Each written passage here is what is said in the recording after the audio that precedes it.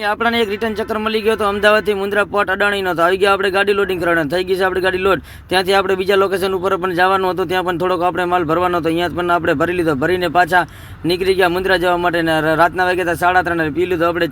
ચાય પીને પાછી આપણે નીકળી ગયા હતા મારી દીધો તો ટન આપણે સામે ક્યારી બાજુ આવી ગયા હતા આપણે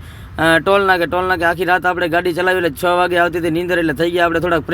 ફ્રેશ થઈને પાછા નીકળી ગયા હતા ને આપણે મારી દીધો તો ટન મુન્દ્રા બાજુ ફાઇનલી આપણે મુન્દ્રાની અંદર એન્ટર થઈ ગયા હતા ને પોર્ટની કપાવી લીધી હતી પરચી કપાવીને